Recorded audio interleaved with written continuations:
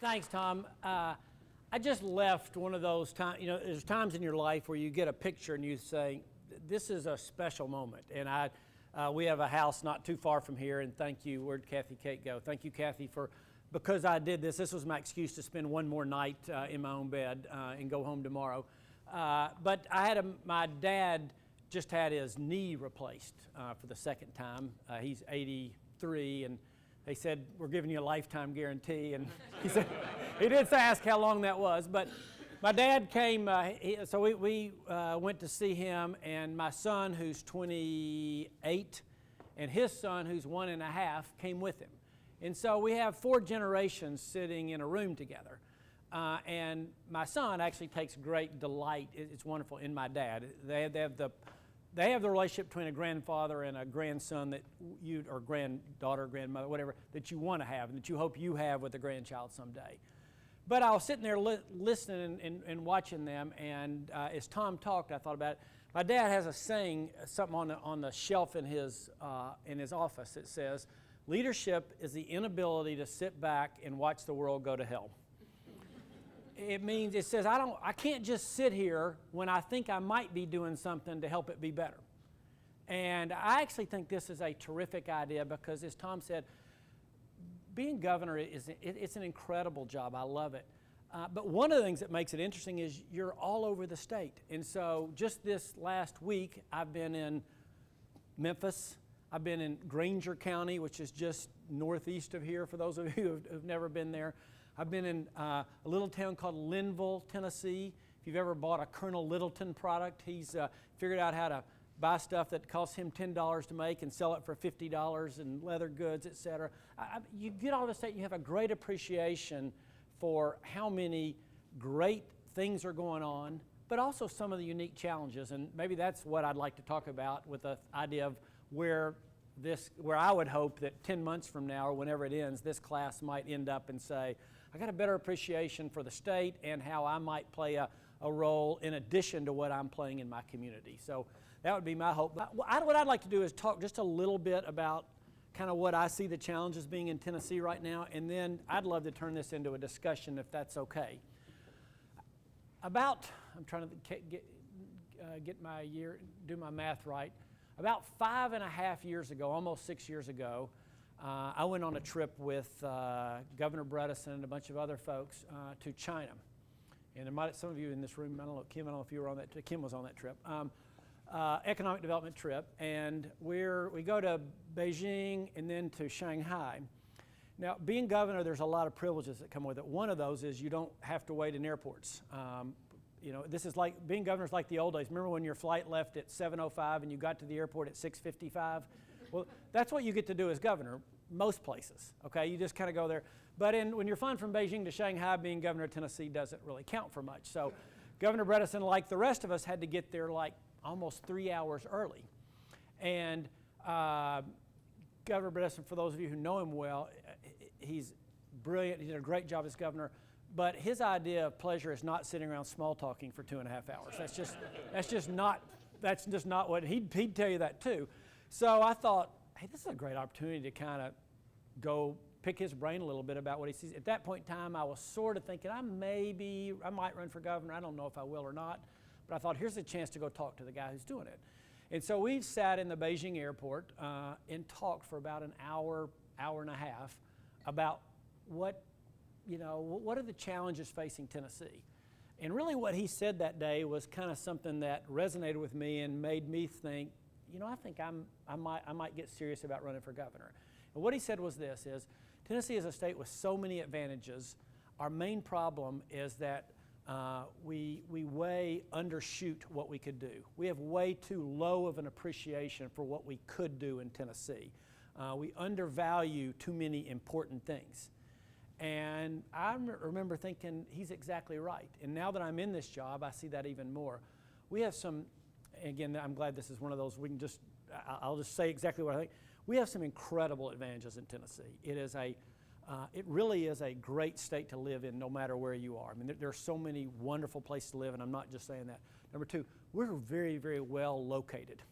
Okay, when we're out recruiting businesses, it just helps to be sitting where we're sitting. I mean, there have been a couple of economic development wins we've had. In the end of the time, the guy said, I'll just be honest with you, we were going to come here pretty much anyway because of where you physically sit compared to where our market is.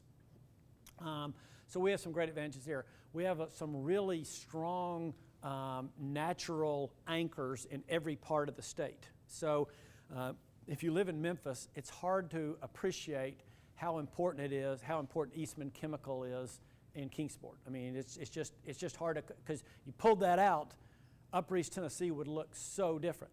It's also hard to know that if you live in Nashville, that people in Kingsport don't think people in Knoxville live in East Tennessee. You know, they think, East Tennessee starts where I-40 and I-81 split up the road here, okay? But we have these incredible anchors, and I can go all the way around the state and talk about that and talk about, why Chattanooga is so strong because of this incredible entrepreneurial culture and the strength of these industries that have been there for a long time. And I can do the same thing all over. So we have some really strong anchors and bases to build on. And then the other thing is this is maybe the most fun thing for me of being governor is, this room is a small indicator of that, but we have incredibly committed people in the communities across the state. I mean, people in Knoxville have no appreciation for the group of people in Memphis who are committed to saying, I know all this, I hear all this talk about Memphis being the next Detroit. No, that's not going to happen, and here's why. And there's a group of people who are committed to that happening. And that's true everywhere you go. And so when I go spend time in a community, I always come away encouraged that those folks aren't going to let this take a downturn here. So those are all the things that really, really encourage me about the state. Several things that maybe are more discouraging, but I'll lead with kind of the same thing Governor Bredesen said. We set our expectations too low. And the key area of that has been in education. And I don't care what discussion you want to have, if it wants to be about healthcare in the state, if you want to have it be about economic development, I honestly believe it all points back to us having a culture of low expectations when it comes to education. And what that looks like is this. In the last 3 weeks, some of you might know, we're in intense conversations right now with Volkswagen about adding another line to their plant in Chattanooga. It'd be another, 800 to 1,000 jobs, huge investment, $800 million to $1 billion. So those are good jobs. And by the way, every auto job spins off about 5 more. So it's a really big deal. The key issue, along with, 2 or 3 other things, but the key issue is, can we get the workforce that we need, all the way from the line worker to the engineers? I'm talking to and this is one of those that really needs to stay in the room because they hadn't announced yet, but I think they will, a firm that's looking at putting what could end up being the largest dairy plant in the country in West Tennessee, and tied into a huge ice cream production deal that would be a really significant win for West Tennessee. But it's the exact same thing. Actually, they had 2 issues. They said, number one, we need a better availability of a herd. I thought, okay, I've never really worked at that problem in economic development, access to a milk cow herd. But that really right after that, they said, we're concerned about the workforce, and can we have and I hear that everywhere, and I'm sure that, actually I should start pointing because a lot of people involved in economic development here, but that's just a continuous theme. And in Tennessee, thanks to Jamie and a lot of whole other people are doing, we really are making significant steps in K-12 education. We have moved to where people around the country see Tennessee, and we're not in unanimous agreement about what that looks like, but people see Tennessee as making big steps. And I'll say this didn't start with Governor Bredesen made huge leaps when they basically had the Tennessee Diploma Project, which, long story short, made it harder to graduate from high school in good ways, and then applied for and won $500 million in Race to the Top funding. And winning the money was kind of the sideshow in my mind. It was the decisions we made to get there that made the big difference. And now we really have seen that we've got to push it to the next level, and it's really why I asked Randy to come. I kept thinking, post-secondary education is so critical. And I would work on it for about 4 hours one day, and then I'd go do something else for a week or two. And I thought, this isn't working. And I felt like we needed somebody outside of the current structure. So I asked Randy to come head up our effort to look at how we make it more accessible, how we make it more affordable, and how we make it more relevant. Those three things. Relevant being, are we producing the workers that the jobs today require? So any of you who are in business, you do a demand forecast, right? You say, here's how many pet fences we think are going to be needed by the number of dogs that live in suburban neighborhoods. I don't know how you do it. And here's how many we're producing. And you figure out what that gap is, and then you manufacture to that gap. And in Tennessee, we weren't even coming close to doing that. Here's the biggest issue. Anybody that's heard me talk has heard me say this. 2025, 55% of our jobs will require a post-secondary degree or certificate. Okay, certificate count. I mean, welding, mechatronics, et cetera. We need those as well. 55%. Right now, we're at 32%. Okay, that's a huge gap. And if we don't fill that, that means in 2025, there'll be a lot of jobs in Tennessee that won't be able to be filled, and they will go somewhere else. That's as simple as a problem as I can put it. So our challenge is to get from 32 to 55, but not just any degree or certificate. It has to be the right ones. I'm not picking on liberal arts. I was a history major, okay? And I'm not picking on that at all. But we have to make certain we have the right people trained to do that. And that is a huge culture shift in Tennessee. When I go talk in urban schools or rural schools or wherever I am, there's that mindset of we have to get there is just not there. And we are going to have to change that expectation level there. Here's one more sobering note. If every child that is, 2025 is 12 years from now, so every child that is in kindergarten right now, or we'll go ahead, in second grade right now, graduates from high school. Everyone, okay, and we know that's not going to happen, right? You've got a certain dropout factor. Everyone graduates. And every one of those goes on and gets a 2-year degree, a 4-year degree, or certificate. That gets us about half of the way from 32 to 55, right? Is it 40?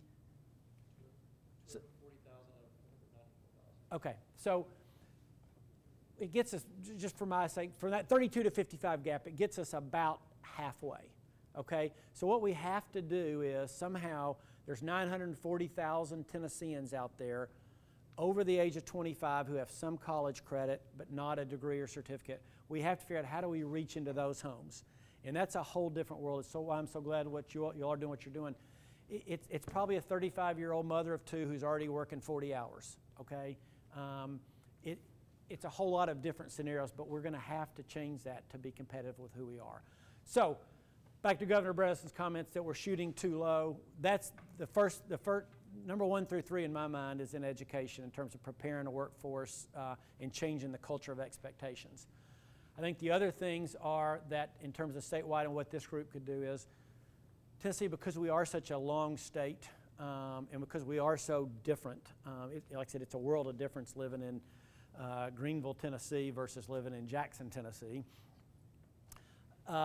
We have to figure out some way, I think, to pull the state together more just in a conceptual way where people in Knoxville say, it really does matter what happens in Memphis. And people in Memphis say, you know, I hope Volkswagen does get that extra SUV line, and here's why that's important. So I think that's the second challenge. I think the third challenge is that we not grow to be like Washington. And I say that, everybody knows instantly what I mean, where it's just totally paralyzed. And in this room, I know there's a lot of people who politically don't vote for the same people in national or state elections, and that's good. But what we have to make sure is that Tennessee doesn't go there. And it'll be a challenge for that not to happen. Because if you're elected, and all those who served in the legislature can tell you this, the way our districts are now, the easiest way to lose is in a primary more than a general election. For most of our districts, for, 70% of our districts, you're a lot more likely to lose in a primary than in a general, which is what's happened to Congress.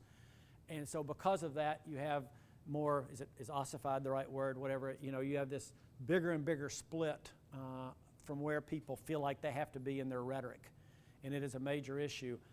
I love being governor, I really do, but I miss this about being a mayor. As mayor, you don't run in a partisan environment. Everybody knows who's Republican, Democrat, but every argument doesn't break down that way. And that was a huge adjustment for me coming to Nashville, and where we had people on my side going, you can't do that, you can't say that, they're the bad guys. And I really, that was a totally, like I said, after being mayor, we didn't go there, and we didn't have to, and I miss that part about being mayor, and I worry about it in the state. We historically have had a tradition of being a lot more bipartisan than most, but I'm just, again, in this room, I'm worried about where that could go. And the last thing I'll say is that the last thing concern of mine would be this. We live in a rapidly changing media environment, and that's because that business has changed. The economics of that business is changing. And ultimately, the economics of anything, I think, impacts decisions that get made. And the days when the media outlets saw themselves as community resources first, I think is a bygone day. Now, there's other people that might disagree with me, but I do think that has a big impact. And it'll be more of a challenge because I think the news, both TV and newspaper, they see their mission a lot more as, we got to do something that's going to grab attention. And conflict grabs attention. And that makes what we talked about earlier in terms of raising expectation levels and in terms of not descending into being Washington a lot harder. So that's my quick summary of what I think the opportunities and challenges are in Tennessee. I'll stop, and I think we have a little while until I have to stop. Kathy, you just tell me. I'd love just to hear comments or questions on any of that. Cannot underestimate the challenge of raising the expectations around education. I know there's nothing, I didn't say one thing new there, but I just keep coming back to that 50 years from now, that's going to be what differentiates us one way or the other. And it is, I mean, so I was in Germany 2 weeks ago visiting Volkswagen's main plant there. This plant, by the way, was started by Adolf Hitler, okay, to provide the people's car. And never really got going until after the war when, you know, the English actually are the ones that got it started. But the reason I say that, you walk through there, the automation is just phenomenal. It's just phenomenal, and you realize the old jobs are just gone. There was an editorial, I don't know, maybe it was in the Tennessean today, it just talked about the challenge of today's jobs economy, and the challenge is the easy jobs aren't going to be here anymore. They're just not, except on a very low-paying basis. And there's going to be winners and losers there. There just are. Yeah, Claude. Related to that, I mean, you've got a very complex group, and you've outlined a number of very interesting issues. What is the substantive outcome you'd like to have come from this group that can help you be the governor you want to be? Well, I don't look at this group as just helping me. What I hope it does is it brings up people together. Again, back to what I said, where, you know, if I live in Chattanooga, I realize Memphis matters. And if I live in Jackson, I think, like I said, boy, I'm glad to hear that Eastman's adding 800 more jobs or whatever it is, that I realize the ties there, and that political battle, the other thing is that political battles aren't bad. I mean, that's how it's kind of the forge, you know, it's the forge that makes good ideas happen. But political battles that are about, I only care about my idea winning, are bad. And I hope that this group and others can be voices out there saying, we want to be people that work to the right answer. Now, I have my biases about what that looks like, about, you know, all of us do. But that leadership is ultimately saying, I want to get to the right answer.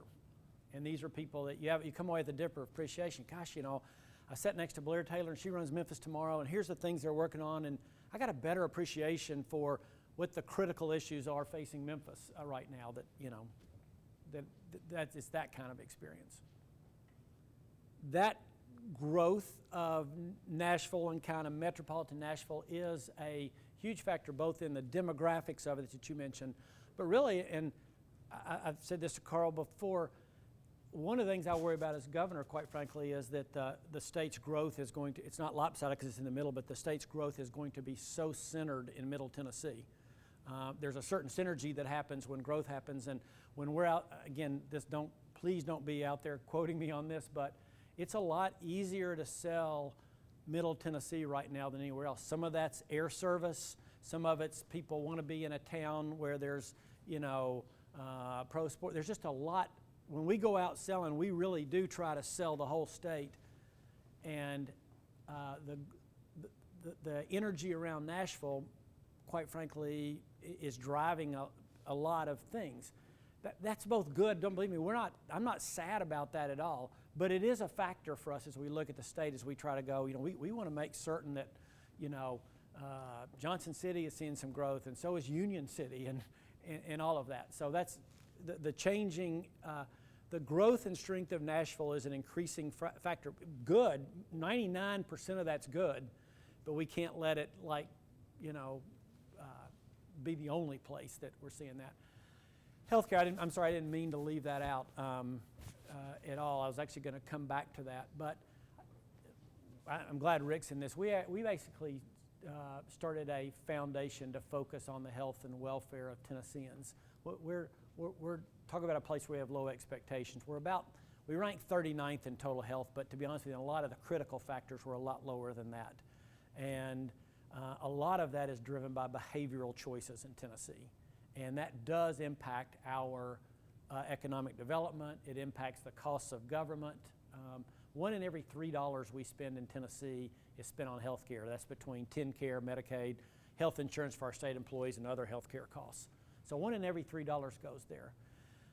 We think about, in Tennessee this year, about $6 billion will be spent on health care that doesn't, I shouldn't say totally doesn't have to, but mostly doesn't have to because of behavioral choices.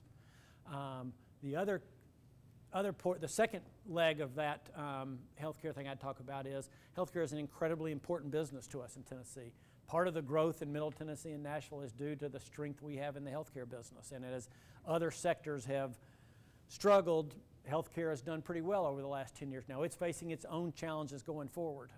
And you're starting to see a lot of the health systems, whether it be the Vanderbilts of the world, or the HCAs, or the, Baptist and Methodist in Memphis, all of them, the economics are changing for them as well.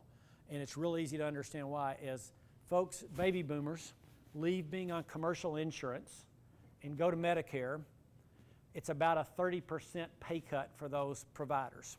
Okay, every time somebody goes from being an employee of Denart Construction and they retire and they go on Medicare, it's like that same service now, the hospital gets 65 cents for every dollar that they were getting before. So the dynamics of the healthcare business are changing. And then the third leg of that is some decisions facing us as a state regarding the expansion of Medicaid. And long story short, but as you remember, when President Obama passed the Affordable Care Act, got challenged, the Supreme Court came back and said, no, the plan's legal. The only part that's not legal is you forcing the states to expand. And so every state then got a choice to expand. And that's one of those issues there's quite a difference in political opinion of. But all of that is colored by the fact in Tennessee, because our original TennCare program grew, the cost grew so large that Governor Bredesen had to literally cut the rolls in what is a painful, I'm thinking, I guess 2 or 3, you were there. I mean, I'm sure there were a lot of painful days, but that had to be among the most painful. And I think there's a whole lot of people saying we don't want to get back there. So I look at the healthcare challenges as being 3 things. 1, behavioral choices of Tennesseans. 2, it's a leading industry for our state. And 3, decisions around the future of government-paid medical care. Well, it's a really good question. I mean, I hope we are in state government. I really do. I mean, that's part of our role. And we're thinking about that in economic development terms. We're thinking about that in education terms. But I will say this, a lot of you have touched on being in elective office. You have connections, you either do that or have been there. The pressure of being in elective office makes looking 50 years from now really hard. because if somebody said, you know, hey, here's what will help people the most tomorrow when it comes to spending transportation dollars versus getting the AMP build and looking at more rail connections, to use Mayor Dean's example. So one of the benefits of having a group like this is there's somebody who's saying, outside of the current political battles, we want somebody to be raising the level of the discussion. And I think if you talk to most people who are in political life, they'd say, our frustration is that the level of discourse is rarely there. It's fighting over something that's just dumb, to be honest with you, and not thinking about what are we doing for 50 years from now. So, yeah, and so maybe this is a good example for how that's working. Thank you. I need you with me all the time, Louis, just to remind me stuff I forget. He's much better than Tommy.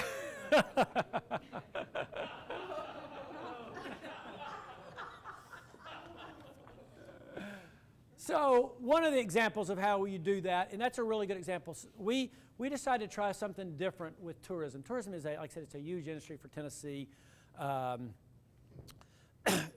This past year, I think from Dave Ogle, you might know these numbers better than I do, but from 2011 to 2012, we basically went from, I think, a total of $15 billion in tourism revenue to 16.3 or 4, something like that. I'm close, if not exactly. But the potential is there bigger, but forget all the revenue stuff. Maybe what's best about this example is this. We brought people together from all over the state. So we pulled together, if you know these folks, you realize you can appreciate this. Colin Reed, who runs Gaylord Entertainment. What's Gaylord's name now?